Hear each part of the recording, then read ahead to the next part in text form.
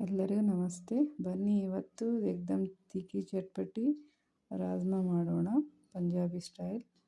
ನಾನು ಮೆಣಸಿನ್ಕಾಯಿ, ಬೆಳ್ಳುಳ್ಳಿ, ಅದ್ರಕ್, ಟೊಮೆಟೊ ಮೂರನ್ನು ಸೇರಿಸಿ ಮಿಕ್ಸಿ ಮಾಡಿ ಇಡುತ್ತೇನೆ.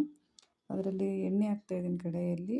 ಜೀರಿಗೆ ಚಟ್ಪಟ ಅಂದಮೇಲೆ ತೇಜ್ಪತ್ತ, ತೊಡಸ ಲವಂಗ ಹಾಕ್ತಾಯಿದ್ದೀನಿ. 2 ಕಟ್ ಮಾಡಿ ಉಳ್ಳಾಗಡ್ಡೆಯನ್ನು ಸೇರಿಸ್ತಾ ಇದ್ದೀನಿ. ಇದನ್ನು ಚೆನ್ನಾಗಿ ಕೆಂಪು ಆಗೋವರೆಗೆ ಹುರಿಯೋಣ. ನಂತರ ಪೇಸ್ಟ್ ಮಾಡಿದಂಥ ಟೊಮೆಟೊ ಪ್ಯೂರಿ ಹಾಕೋಣ ಒಳಗೆ.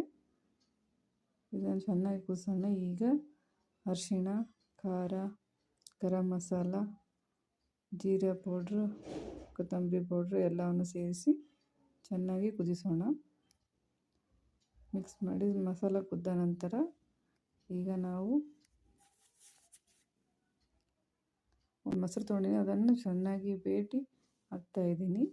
ಇದನ್ನು ಚೆನ್ನಾಗಿ ಕಲಿಸಿ ಎಣ್ಣೆ ಬಿಡುವವರೆಗೂ ಕುದಿಸೋಣ ಚೆನ್ನಾಗಿ. ನನ್ನ ವಿಡಿಯೋ ಪಸಂದ ಆದರೆ ಪ್ಲೀಸ್ ಲೈಕ್ ಶೇರ್ ಕೀಜಿಯೆ.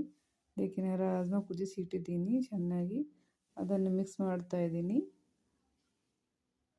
ನಮಗೆ ಎಷ್ಟು ಗ್ರೇವಿ ಬೇಕೋ ಅಷ್ಟು ನೀರನ್ನು ಹಾಕ್ಕೊಳ್ಳೋಣ.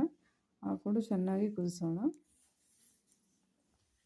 ನೋಡಿ, ಚೆನ್ನಾಗಿ ರಾಜ್ಮಾ ಕುದ್ದಿರಬೇಕು. ಈಗ ಎಷ್ಟು ರುಚಿಗೆ ತಕ್ಕಷ್ಟು ಉಪ್ಪು ಹಾಕ್ತಾಯಿದ್ದೀನಿ. ಇದನ್ನು ಡಕ್ಕನ್ ಬಂದು ಮುಚ್ಚಿ ಕುದಿಸೋಣ ಚೆನ್ನಾಗಿ. ನೋಡಿ, ಈಗ ಕುದ್ದಿದೆ. ಎಣ್ಣೆ ಬಿಡುವವರೆಗೂ ಚೆನ್ನಾಗಿ ಕುದ್ದಿದೆ.